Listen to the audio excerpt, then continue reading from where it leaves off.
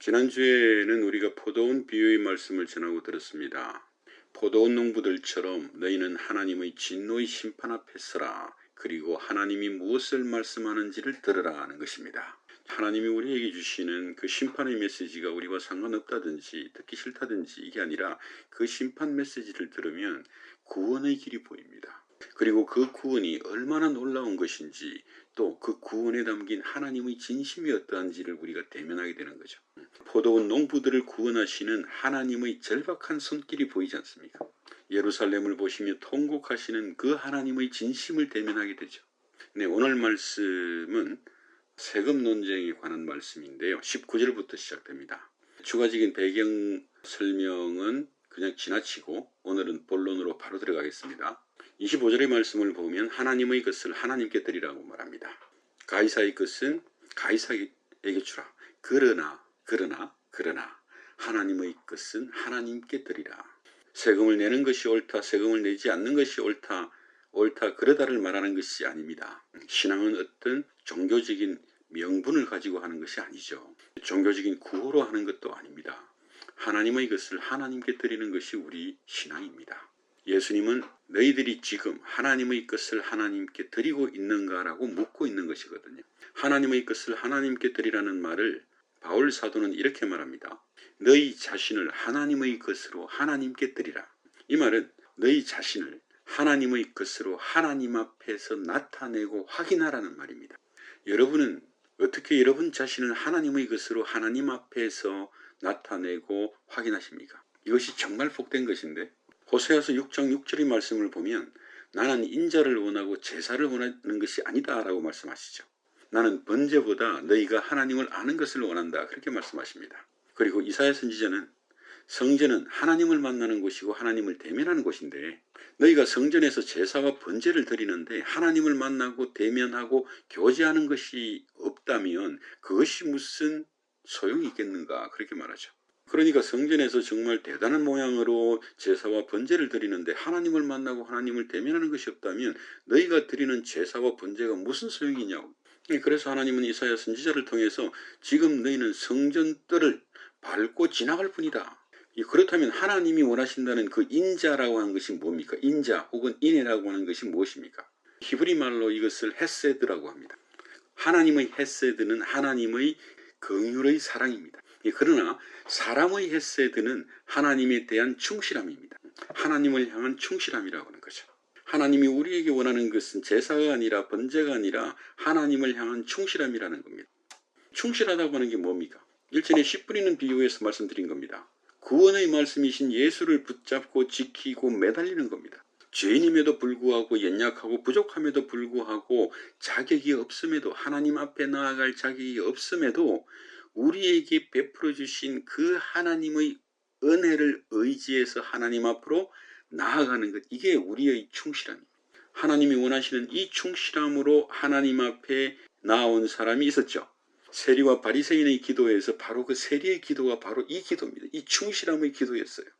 하나님의 긍휼하심의 속성에 그 영광에 의지해서 하나님 앞으로 나아간 그 세리의 기도가 바로 이 충실함의 기도입니다. 그것이 하나님께서 우리에게 요구하시는 원하시는 우리의 헤세드, 우리의 충실함이 세리처럼 이 충실함으로 이 헤세드를 가지고 하나님 앞에 나아갔을 때 하나님을 아는 지식, 하나님을 만나고 하나님을 대면하게 되는 겁니다. 이 충실함으로 하나님께 나아가 하나님을 만나고 대면하고 하나님의 그 영광에 내가 공감할 때 그때 우리 자신을 하나님의 소유된 백성인 것을 내 영이 알고 확인하고 발견하게 되는 겁니다. 그때 그 자리에서 내 영이 하나님께 존귀와 찬송을 드리는 거죠. 이것이 하나님의 것을 하나님께 드린다라고 하는 겁니다. 이것이 우리 자신을 하나님의 것으로 하나님의 자녀로 하나님 앞에서 나타내고 확인하는 겁니다. 이것을 하나님이 원하시는 충실한 예배라고 하는 거죠. 하나님의 은혜와 진리를 의지해서 하나님을 만나고 대면하는 예배, 이 예배를 통해서 우리가 하나님을 경험하고 하나님을 기뻐하며 하나님을 찬송하는 것, 하나님을 갈수록 더 신뢰하고 더 사랑하고 더 깊은 관계 속으로 우리가 들어가는 것입니다. 그래서 이제는 참 성전 되신 예수 안에서 하나님을 예배하는 것. 그 예배를 통해서 하나님을 만나고 대면하면 우리는 우리 자신을 하나님의 것으로 나타내고 확인하게 되는 겁니다. 그보다 더한 복이 없지 않습니까?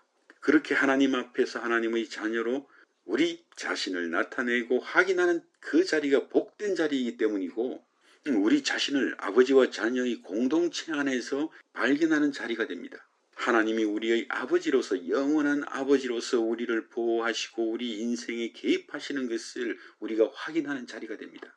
우리는 가끔 혹은 자주 신앙의 혼란을 경험하지 않습니까? 내 자신을 보면 나는 정말 참된 성도인가? 하나님이 구원하신 하나님의 자녀인가? 이런 혼란을 경험하지 않는 성도는 없잖아요. 그래서 성경은 우리 자신이 하나님의 자녀인 것을 이렇게 예배를 통해서, 충실한 예배를 통해서 확인하라고 하는 것입니다. 예배를 통해서 우리가 성도이며 하나님의 자녀라고 하는 이 놀라운 현실을 확인하라는 거죠. 근데 이 충실한 예배를 통해서 구원이요, 영생이요, 거듭남이요, 천국이라고 하는 것이 우리에게 구체적인 현실이 되어야 하지 않습니까? 믿는다고 말만 하지 말고 예배를 통해서 믿음을 경험하라는 겁니다. 그러니까 예배를 통해서 하나님을 대면하면 만족, 안식, 평안, 그리고 권능이라고 하는 추상명사들이 아주 실체적인 현실로 우리가 경험하게 되는 것입니다. 그런 추상적인 언어들로 말만 하지 말고 예배를 통해서 우리에게 주신 그 놀라운 은혜의 현실을 확인하라는 거죠. 사람이 만든 이 세상의 종교는 사람이 먼저 열심이든 정성이든 무언가를 신께 바쳐서 신으로부터 복이든 무엇이든 되돌려받는 거죠. 그러나 우리가 드리는 예배는 하나님께서 우리를 위하여 무엇을 하셨다에 근거하고 있고 거기서 출발하는 겁니다. 우리가 하나님을 알기도 전에 우리가 하나님의 원수였을 때에 하나님께서 우리를 위하여 우리를 섬긴 것이 있다고 말하는 겁니다. 하나님이 먼저 우리를 위하여 우리에게 인자를 베푸시고 긍휼을 베푸셨다는 겁니다.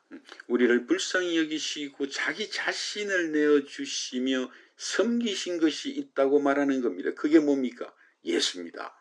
그러니까 우리의 예배는 너무나 구체적인 역사적인 사실을 가지고 시작하는 겁니다. 그러니까 우리의 기도와 찬송과 설교는 성찬식을 하든 안 하든 우리의 모든 예배는 성찬 예배입니다. 우리의 모든 예배는 십자가에서 예수의 그 찢겨진 살을 먹고 십자가에서 예수께서 흘리신 그 피를 마시는 성찬의 예배라는 거예요.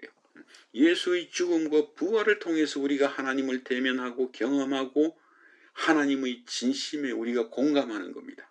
그래서 예수님이 사마리아 여자에게 너희는 영과 진리로 예배하라 그렇게 말씀하시는 겁니다. 진리란 게 뭡니까? 예수 안에 진리가 있고 예수님이 진리죠. 그리고 예수를 통해서 우리에게 진리를 나타내신 겁니다. 하나님이 우리를 만나 주시기 위해서 그 아들을 내어주신 겁니다. 우리를 하나님께서 하나님의 것으로 받기 위해서 그 아들을 내어주신 겁니다. 우리를 대신해서 죽으신 예수를 다시 살리심으로 우리를 의롭다 하시고 우리를 당신께 화목시키신 겁니다. 이 진리를 가지고 이 구속의 은혜에 담긴 그 하나님의 긍휼하심을 의지해서 하나님을 대면하는 것이 우리의 예배입니다. 여러분이 이렇게 예배를 드렸다면 그것은 믿음으로 하나님 앞에 나아갔다고 바울 사도가 우리에게 말해주는 겁니다. 여러분이 이렇게 하나님을 만나고 대면하는 예배를 드렸다면 이제 일상 속에서도 그 예배를 드릴 수가 있습니다. 여러분은 일상 속에서 언제 하나님을 예배합니까? 우리가 살다 보면 자기 자신에 대한 실망으로 괴로울 때도 있고 앞길이 막막해서 불안할 때도 있습니다. 예수 안에서 우리의 죄를 사하시고 우리를 의롭다 하시고 우리를 화목케 하신 말씀, 그 진리를 붙잡고 지키고 인내하면서 예수를 바라보는 것, 그것이 우리가 일상 속에서 예배하는 겁니다. 그렇게 진리를 붙잡고 지키며 예수를 바라보고 하나님을 대면하고자 하는 예배를 할 때 물론 내 안에서 의심이 있고 공격이 있고 정죄의 음성이 막 들리잖아요. 그러나 그 가운데에서도 이런 나를 예수 안에서 기뻐하시는 하나님을 찾고 구할 수 있다는 사실이 또 얼마나 행복합니까? 그렇게 예수 안에서 하나님을 알고 하나님을 경험하는 경험들이 우리 인생 속에 축적이 되어야 하지 않겠습니까? 그래야 우리가 정말 어려울 때, 우리 인생이 끝날 것 같은 그런 어려운 때에도 내가 예배할 수 있는 자라는 것, 그런 담력이 생기는 거죠. 담력. 근데 여러분이 그렇게 하나님을 예배하고 하나님을 대면했을 때 여러분에게 임하는 것, 그 하나님의 도우심이라고 하는 것이 하나님이 내 오른손을 붙드시는 그런 도우심과 인도하심을 경험하게 될 겁니다. 그래서 이 길을 살아있는 길이라, 관념의 길이 아니라 실제적인 길을 통해서 우리가 하나님 앞에 나아갈 수 있고 하나님을 대면할 수 있다는 겁니다. 그래서 우리가 하나님을 만날 수 있는 자, 하나님을 대면할 수 있는 자로 하나님 앞에 담대하게 나아갈 수 있는 거죠. 그래서 탕자의 아버지처럼 나를 용서하시고 나를 환대하시는 그 아버지의 사랑에 반응할 때 너희는 너희 자신을 하나님의 자녀로, 하나님이 구원하신 하나님의 자녀로, 하나님의 소유로 하나님 앞에서 나타내고 확인하게 되는 것입니다.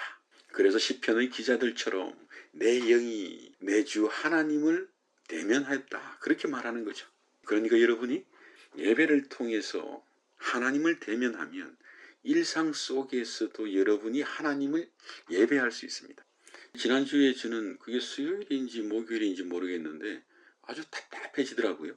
예, 그런데 그 포도원 농부들의 심판과 구원을 말씀하시는 그 예수 안에서 하나님을 대면하게 되더라고요. 주일 예배에서 제가 전한 예수님이고 제가 만난 예수님이 제 일상 속에서 또 한 번 답답한 심정으로 괴로워하고 있을 때 그 예수를 또 대면하게 되는 거죠. 시편 73편을 보면 그 기자가 하나님을 원망하고 의심하고 막 그럽니다. 하나님 앞에서 온갖 불평과 불만을 다 쏟아내는 거죠. 제일 마지막에 가면 이런 말을 합니다. 내가 성전에서 하나님을 대면하였더니 하나님이 내 오른손을 붙드시더라. 일상 속에서 여러분이 그렇게 하나님을 예배할 때 하나님이 여러분의 오른손을 붙드십니다. 그러니까 여러분이 개인적이고 또 구체적인 삶 속에서 하나님을 대면하기 위해서는 정말 주일 예배에서 하나님을 만나고 대면하는 예배가 필요한 거예요. 우리는 여러 가지 문제로 분노와 불안과 초조함으로 갈팡질팡할 때가 참 많지 않습니까? 그때마다 하나님은 우리가 하나님 찾기를 원하십니다. 우리의 헤세드를 원하십니다. 우리가 예배하기를 원하시는 겁니다.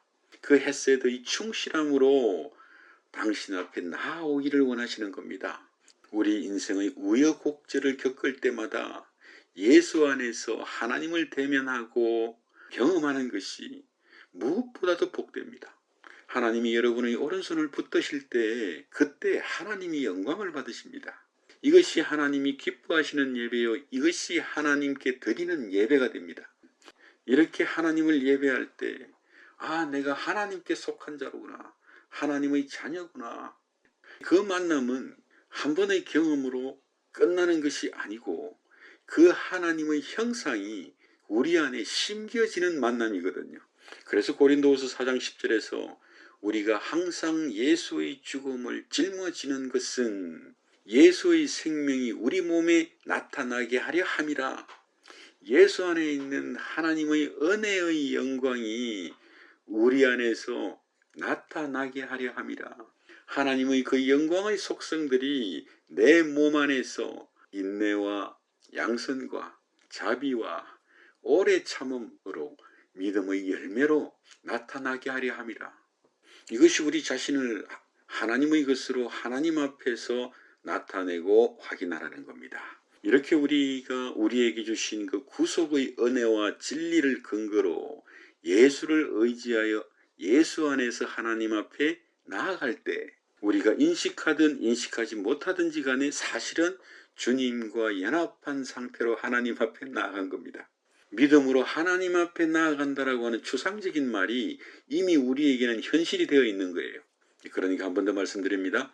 나는 하나님이 구원하신 하나님의 자녀인가? 그것을 예배를 통해서 나타내고 확인할 때 임하는 그 하나님의 신령한 은혜가 우리로 하여금 이 세상 속에서 하나님의 자녀로 담대하게 살게 하는 것입니다. 그러므로 예배는 하나님과의 관계와 신분을 확인하고 영원한 운명을 발견하는 것이죠. 나는 누구이며 나는 왜 살며 나는 어디로 가는가, 우리끼리 아무리 이야기를 해도 거기에는 아무것도 없어요. 그런데 예배 안에는 있습니다. 한 번 더 말씀드립니다. 하나님은 우리를 온전히 소유하기 위해서, 하나님의 것으로 온전히 소유하기 위해서 그리스도를 내주셨어요. 그것이 심판의 말씀 속에도 있고 예배 속에서 하나님의 영광을 대면했을 때 우리는 하나님 앞에서 우리가 온전히 하나님의 것이라고 화답할 수 있는 겁니다. 예수의 죽음과 부활이라고 하는 역사적인 사실 속에서 우리 자신이 하나님의 것이라고 하는 사실을 발견하고 확인하게 되는 거죠. 우리가 예배를 통해서 우리 자신을 하나님의 것으로 드리는 것, 그런 의미에서 이 성찬의 예배는 우리에게 주신 기가 막힌 복인 겁니다. 그죠? 주일 예배를 통해서도 또 여러분의 일상 속에서 하나님을 대면하는 그 예배를 통해서 그 하나님의 영광이 여러분 인생을 충만히 이끄시기를 예수님 이름으로 축원드립니다.